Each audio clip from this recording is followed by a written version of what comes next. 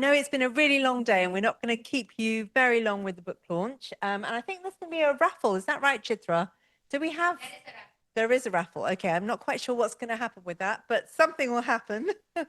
So we are delighted to have stars of Kidlit here with us today. I'm going to introduce them briefly, and then I'm going to ask them to talk about their books, which I think we should have on the slideshow at some point. There's a PowerPoint. While we're getting that, I'm going to talk to you about them.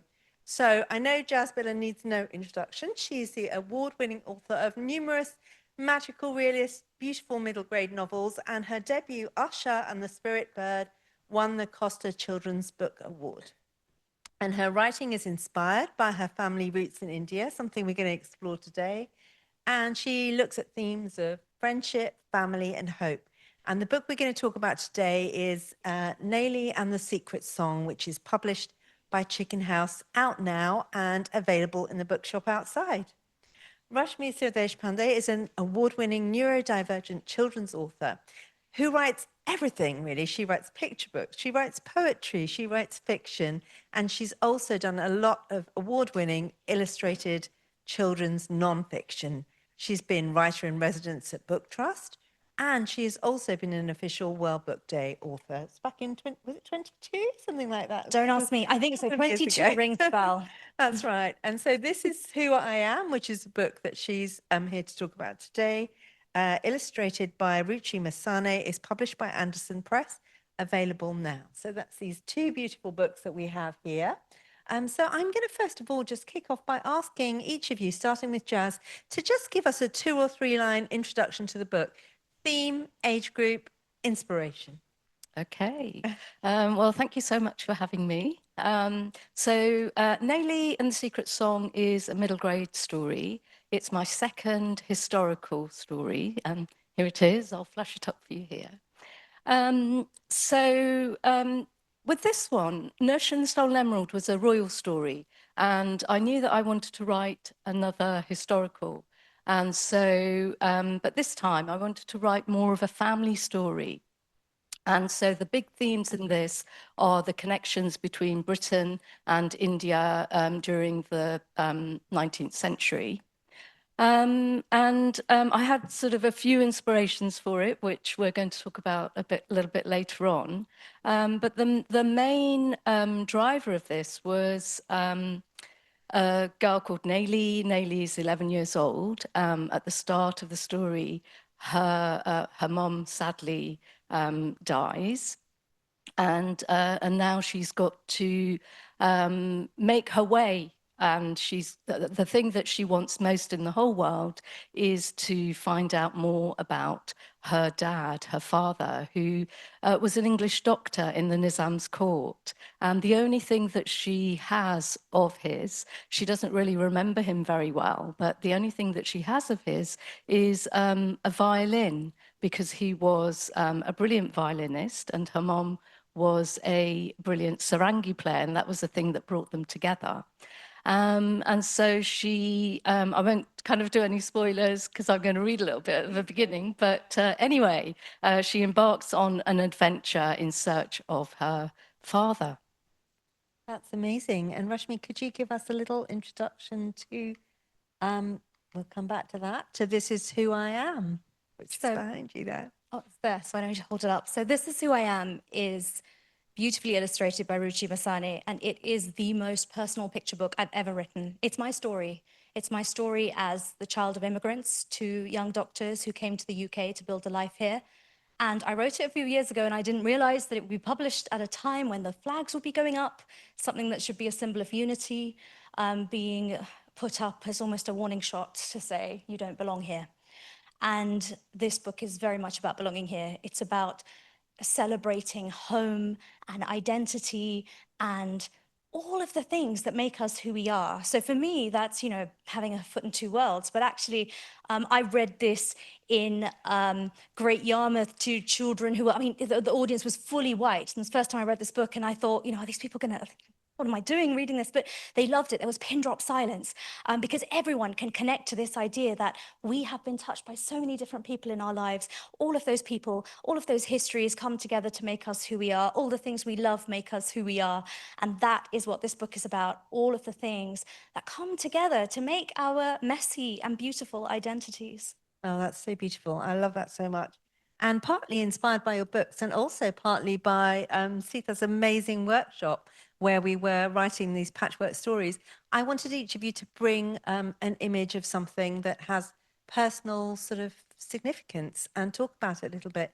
So could we start with you, Jazz? Could you tell us who this is and why Yeah. this photograph, this lovely photograph, has significance for you? Yeah, so this is my paternal grandma, my Margie, and the reason why, when you asked to bring something that really kind of meant a lot to me, I brought this, is that I was born in India, close to the foothills of the Himalaya, on our family farm, and when I was still a baby, my family moved to Nottingham. So I don't really have my own memories of that time. But this person, my dear Margie, who I was really close to, she was a storyteller in our house, and I like to call her the story keeper and the memory keeper. And so she was the person that inspired me to be a writer, the writer I am now, and the person that I am now. She was incredibly strong. She raised 5 children in India, my dad being the youngest boy, and things were really, really tough. But my grandfather died when my dad was 12. So that meant that my Margie had to basically run the family farm and raise the unruly boys, and kind of do everything. So I really looked up to her. And I think the really special thing for me, because I knew from when I was tiny that I wanted to be a writer, and it was her stories that really created that spark. And she would tell us stories about our monkey, our very, very precious monkey, Omar, who we had, who lived with us on the farm. And then just kind of stories about me, how I kind of, when I was like tiny, walking out into the farmyard and found my way dangerously, precariously to the well. And she would tell that story like every time I went home. And it was just kind of like such a bonding and such love, I think, that she sort of represents for me. That's beautiful, isn't it? I mean, that's that thing that I think in Native American culture, they talk about, every elder being a library, really, of stories. And that's so beautiful to hear that.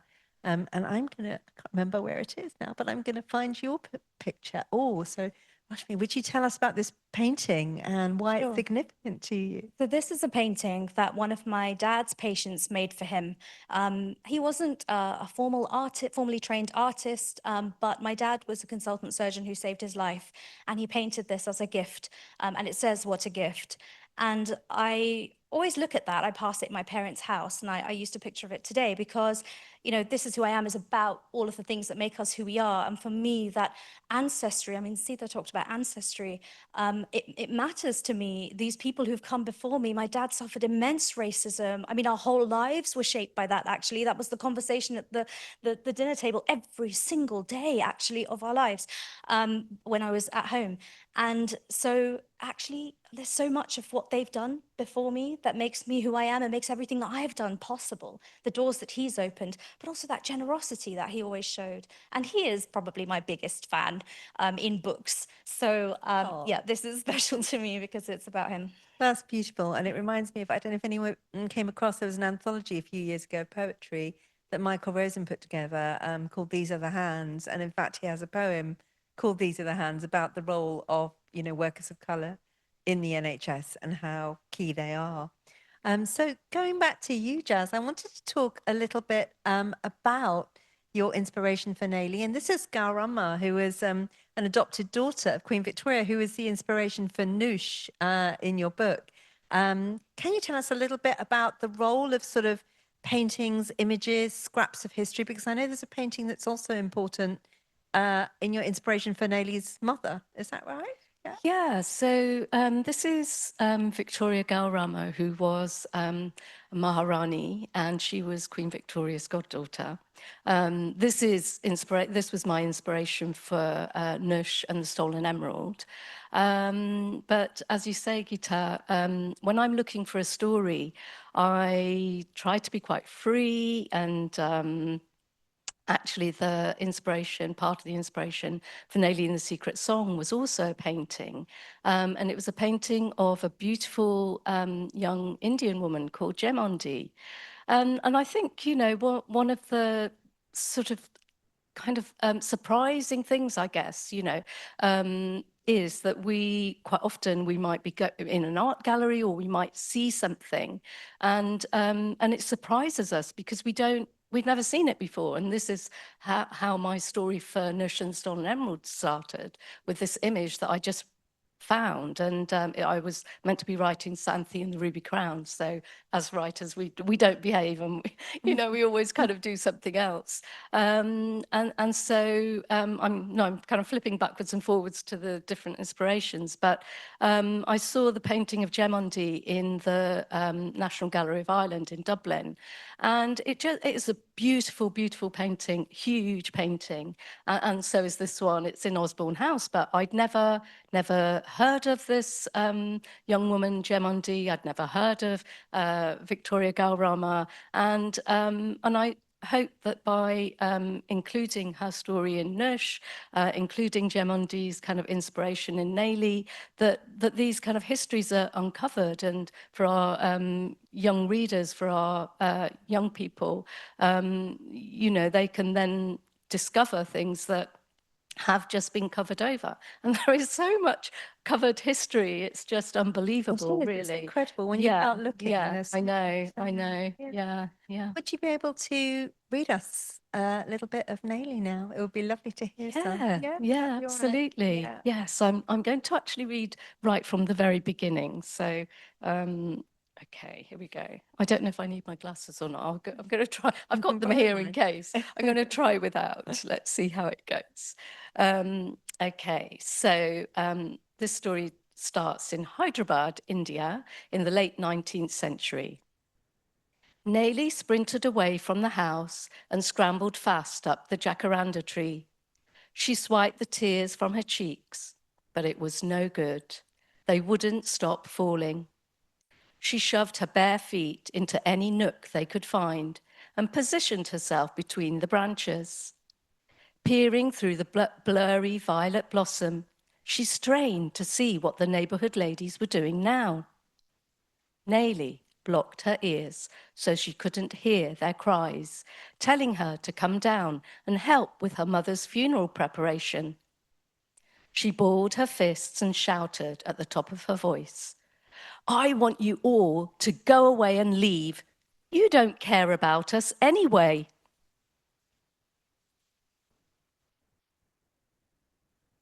Taking a deep breath of scorched air, Nelly tried to bring the events of the last few weeks to some sort of order. But it was impossible. How could it be that her mama was fine one minute, but no longer with them the next? Malaria was a sneaky disease. The Nizam's physician had said so when he came to see mama. And he'd done everything he could. But not enough, thought Nelly, as an angry howl burst from her lungs and shattered the sky. She felt the empty hole in the place beside her heart. Mama had left her, and she was as good as an orphan now. What would become of her? Let's leave it there. Beautiful. Thank you very much. Just so evocative, and all stories are sort of palimpsests. We think of our own childhood stories, and that reminds me so much of the beginning of The Secret Garden, where she's just lost her mother, but in such a different way, and you convey her kind of anger and confusion so beautifully there. That's gorgeous. So I'm going to come back to you, Jazz, but turning to you, Rashmi, I wanted to ask, we are all in a difficult place,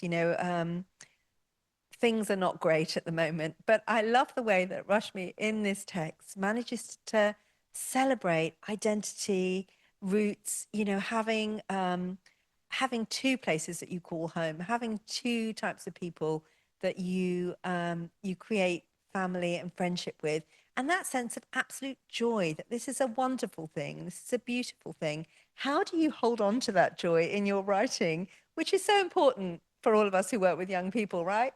When things are tricky, as they are right now. What are your tips for keeping the joy in your writing? Wow, I think for me, there's different pieces to this. One is that writing can, for me, sometimes be a sense of comfort and joy, a source of comfort and joy. But I'm not someone who writes every day. I'm not someone who writes all the time. I can go for months without writing. I have to be like feeling it. But one of the things that helps is that I have this relentless hopefulness, and I have like a relentless desire to share that hope with people. And I mean, maybe it's a failing in some ways, but I love that. Actually, I love being like that. Being an optimist at heart. And also, I always come back to my why. And I think if you want to be writing for children, illustrating for children, if you keep coming back to that why, like we're making books for kids, you guys, like it is the biggest privilege, the greatest honor, but also the most important thing. Even if you're making books that, when I say even if, you know, funny books. I love making books that make children laugh. I love it. They don't have to have a message. Just making a reader laugh and smile or think or help them navigate the world, help them understand what's going on and where we came from, how we got here. That's my why. And if I can hold on to that, I can write in the most difficult of times, actually, because it's not about me, it's about the reader. And that I didn't come up with. There's a poet that I know that said that to me. She used to work with Book Trust. And she said, you know, when you get nervous and you're up on stage or you're doing something in front of kids or you're writing something, you know, that's because it's about you. When you stop making it about you and you make it about the reader and your why, that nervousness goes away. And actually, I started this being nervous, and now I'm talking about my why. I'm talking about the kids. My hand's not shaking, so it works. That's amazing. Yeah. Purpose. Yeah. I mean, that's what keeps us going through the kind of, you know, the social media and the publication issues and everything else. As you say, you've got to just decenter yourself and think about purpose. This is why you're doing it. You're bringing joy, you're bringing hope to all of these children. Would you mind giving us a little taste of this book now and giving Okay, us a let's little... go. How am I going to do this? Hold a picture book and a mic. Right. I wish you could see the art, to be honest, because it is astonishing. Okay. When people ask me what I am or where I'm from, I smile. I say I have a foot in two worlds, but I am so much more than that. I am the land and memories of my parents and my ancestors. I am temple bells and flower garlands. I am the deep greens of the forest, the long twisted branches of ancient banyan trees, and the pinks and whites of lotuses dancing on the water. And I have to show you this. Look at those lotuses dancing on the water. You can't see it from far enough. And I'm sorry, Chitra, I promise not to hold up a book. You all know how to do it, thanks to Ricky. I am the plane that carried my parents to a new world. I am the kindness of the people who made them feel welcome and the strength they found inside when others did not. I am the home my parents built here, the dreams they dreamed and worked towards, step by step, and the good fortune that brought those dreams to life. I am every school, every teacher, every book that has opened my eyes to the wonder and magic of this blue marble we call planet Earth. I'm a vibrant tapestry of students and all their stories and precious shared moments of show and tell. I am long journeys back to India. I am the family members whose eyes light up when we visit them and whose blessings we carry back with us in our hearts. I am the richness of all the worlds I belong to. I am big, beautiful celebrations with all their light and sparkle. I am saris and dresses in every color under the sun. I am shiny silks, soft cottons, and the gentle jingling of bangles. And then I want to read a tiny bit from near the end because I love these pages. Sorry, it is quick. I'm all right, yeah? I am little fingers strumming a guitar and the sweet notes of the sitar. I am the shimmering sound of ankle bells and as happy feet dance to the beat of the tabla. I am thousands of years of music and art and poetry. And I love these pictures. And I'm sorry again, Jitra, I know you can't see this back home. And the last page I'll read because I love this. I am every page of our shared history. I am fierce warriors, beautiful minds, and bold heroes. I am the courage and patience of all those who fought for freedom and all those who stand up every day for what is fair and right. I am gratitude for everything they have made possible and all the worlds they have connected and opened up for me. And the way it ends, sorry, is just to say that I'm proud. I'm all of these things and so much more. And I'm proud to be me.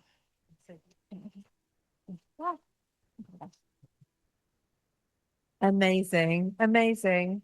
And it takes so much skill to put that together. So I was going to ask you about illustrations, but because you highlighted the bit about history, I'm actually going to skip to my next question, which is, we are all thinking and talking more about, I mean, this year's South Asian Heritage Month theme was Roots to Roots, the actual long entwined history of South Asia with Britain, which goes back hundreds of years, but as we've talked about in this panel before, has been covered over, has been buried.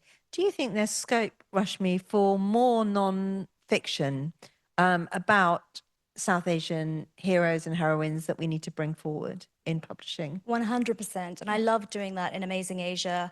But also, I mean, Jazz, you do this in your books now.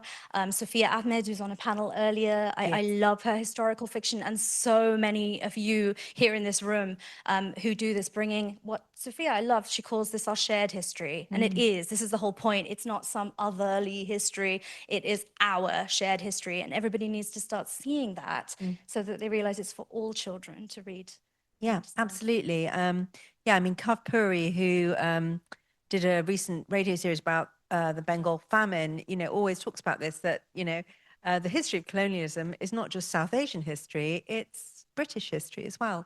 And it should be taught as such in schools. So coming on to that, Jazz, I wanted to ask about you exploring historical fiction, because I know your first couple of books were kind of contemporary or near contemporary. There was definitely a magic realist element to some of your beautiful stories. But what made you interested in, maybe we could have that picture of Gaurama back again, actually.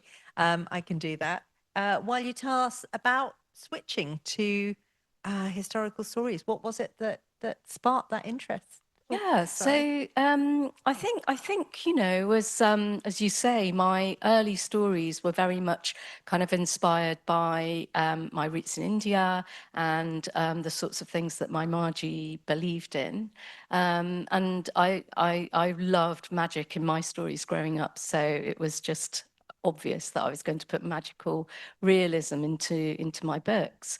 And then I don't think, I feel I've been really lucky because my publisher Chicken House never say, oh, we want you to write this, we want you to write that. So I'm just there in my, absolute kind of joyful own world of stories. And as I said, I was meant to be writing or editing something in the Ruby Crown, and I was looking for something on the internet, and this popped up.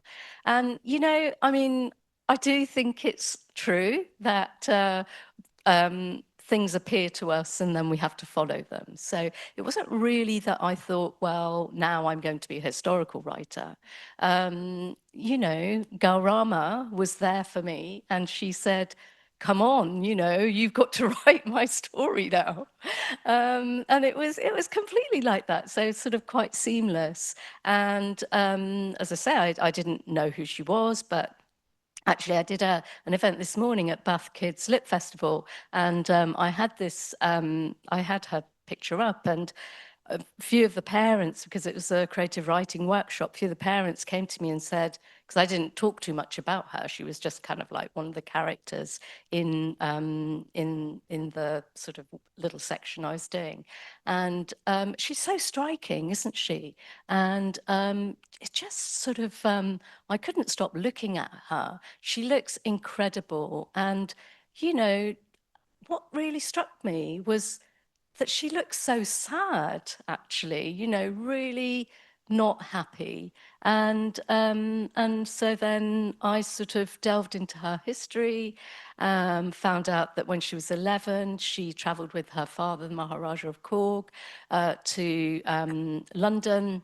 His kingdom was annexed at the time, and he wanted to get help from Queen Victoria to help get it back from the East India Company. And he took Gaurama with him, so which is really exciting. My story, Nush and the Stolen Emerald, obviously, I took sort of some history that was real and then just kind of sparked it with my imagination. So my Maharani Anushka, hides on the ship because her dad won't take her because she's a twin, and it's got to be her twin brother Aryan who's going to be the Maharaja, of course, you know, but she won't take no for an answer. So she sneaks on board the ship, and she's the one then that, you know, has to be the diplomat and make friendships and kind of relationships with the royal children. So that was really, really exciting to write. Yeah. And did the sort of the research you were doing for that then spark the story of Nayli, who again is, I mean, I don't know if Yes. we've got a little bit of Yeah. time, but Mary Wilson, can you just tell us a tiny bit about her? Because that's one of the characters that inspired Nayli, isn't it? Yeah. I think, you know, we're talking about shared histories, hidden histories, covered over histories, and there's pain there, isn't there? But, you know, so in my story, Nayli and the Secret Song, I had you know, I knew that I wanted to write the story of connection and a story of love and a story of family. So I had my young Indian Gemondi, who was married to William Hickey, Irish diarist. So that was all the kind of like the great sort of like happy story. And then I was looking for, you know, like a little bit of, what do you call it? Sort of like something that is quite kind of tricky, you know, in that sort of story. And I found some letters written by a young girl called Mary Wilson. And she, these letters are in the Bodleian Library in Oxford.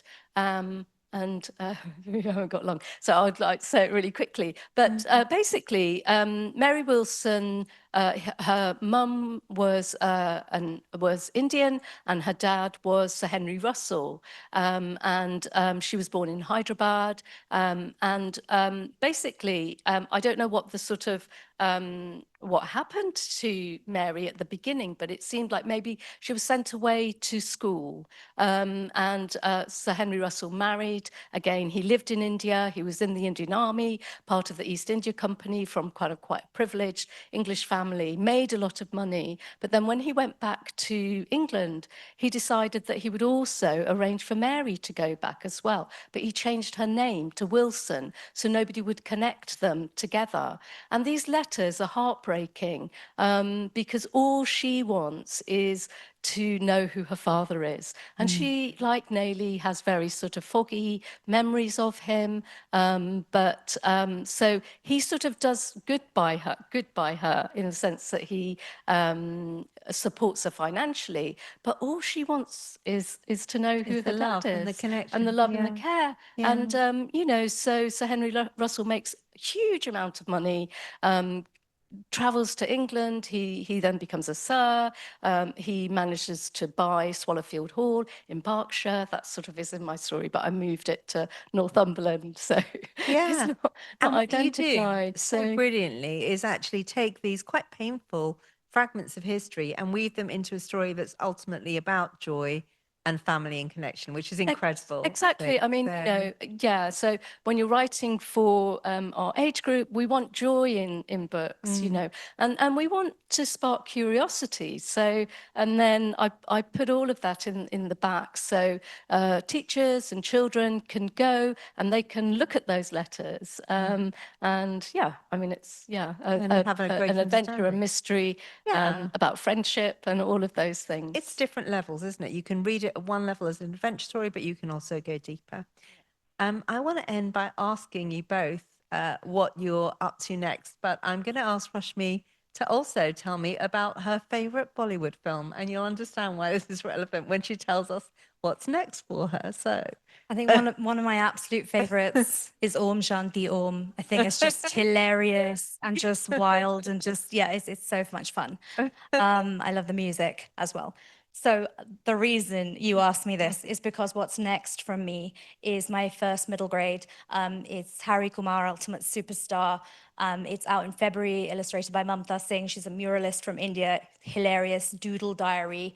It sounds bad for me to say hilarious, right? I think it's hilarious. It's a hilarious I'm doodle sure it is diary. hilarious. Yeah. It's got a South Asian kid hero. He's an autistic ADHDer like me. He's got big feelings and even bigger Bollywood dreams. But that is landing in February, and I am so excited and so terrified. But you all have to love it. You just got to love it. I love it. We're very excited already. And Jazz, what's What's next for you? Oh, well, I can't really sort of say too much about it because it hasn't been announced yet. But I am writing, what can I say? I'm writing another historical, but sort of quite different historical, sort of inspired by my work. I've written the text for the Museum of London, and it's going to open next year. So it's kind of Amazing. linked to that. Oh, Yeah, so it's an adventure, a journey, and something really quite different, I think. That's what I can fantastic. say. So we're going to ask the audience to give our wonderful panel a big hand. Thank you very much. And then a special thank you to Jazz, who dashed here like one of the characters in her own adventures, all the way from Bath, just so she could be with us. And now I think we're going to do the raffle, Chitra. Is that right? Have we got time? 5 minutes for questions. Okay, fantastic. So, yes. Would anyone like to ask They're exhausted. Jazz or Rashmi They're a done. question? Yeah, no, they're not done. They've got questions. They're still going. Hi, my name is Serene. Oh, one second. And I'm a Sit storyboard art. comfortably. Yeah, don't worry. We've got time. I'm a storyboard artist for children's TV and feature, but literature really inspires me, and I wanted to ask you both, what's your process in terms of researching? How do you start researching? Is it from reading or going to museums or things like that? And how do you transmute that research into your visual world building? I hope Great. that makes sense. Great but question. Yeah, who wants to go first? For me, it might be different for each book. I read a lot. So books are very often my starting point, but it might be documentaries, it might be films, but books definitely a massive piece for me. Also because I know how intense the fact check process is for books. So that helps. And then I feel like it's sort of collecting treasures, right? Like loads and loads of things. And then you find the juiciest things that then, are going to go into the actual story. In your case, it would be the visuals, right? But yeah, it's finding enough that there's just so much that you have enough of that gold to mine for. I think for me, what I try to do is to be very kind of free at the beginning of a story, and these things kind of come to you. So I will maybe just go to art galleries, just look around, have a sketchbook, and then just kind of stick things in quite messily. I think quite often, because I'm often on a deadline, I would like to have more time at that end, being more creative. And then I just kind of find like things kind of come forward to form the story. So just like some sort of spark.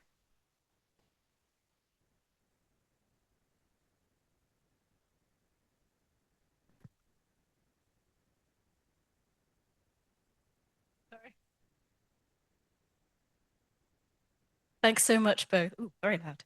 I just want to say, like we've both had, very successful careers. You can tell you've got so much passion and energy about what you do and how you share your stories, not only with us in the room today, but also with kids.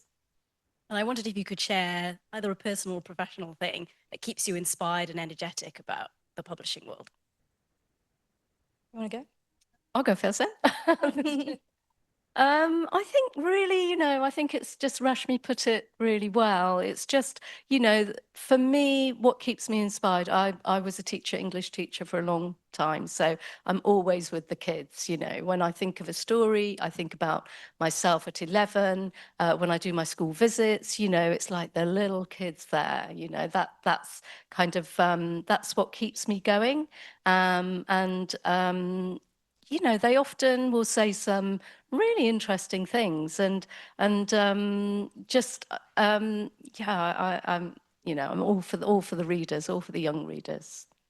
I love that. I mean, snap. It's all about the readers. Publishing can be tough sometimes, and if you make it about publishing, you make it about awards lists, and you're just not on there, or you have been and now you're nowhere, or whatever. You make it about the stats, the sales. You just can't win that game. And that if you make it about comparisons, you can't win that game. Someone's winning that game. It's not going to be you. But if you make it about the kids, and so for me, it definitely, my best moments are like the comments I've had from kids, like, I love your book, or like parents and other kind of family members writing to me, especially even before I was diagnosed. I get a lot of parents saying, my autistic kid is obsessed with this book of yours, and I look back and I'm like, I was about autistic joy, actually, those dinosaurs loving books and maths and all that, it's those comments have really fueled me. And it's a practice to go back to that and not get caught up in the publishing stats and mess and those goalposts that just always move. For me, it's coming back to that. That's a great tip. Just, save all your lovely comments and put them in a little book. I do actually, I put them on my wall. Actually do that. That's Save amazing. great things people say. What a great idea.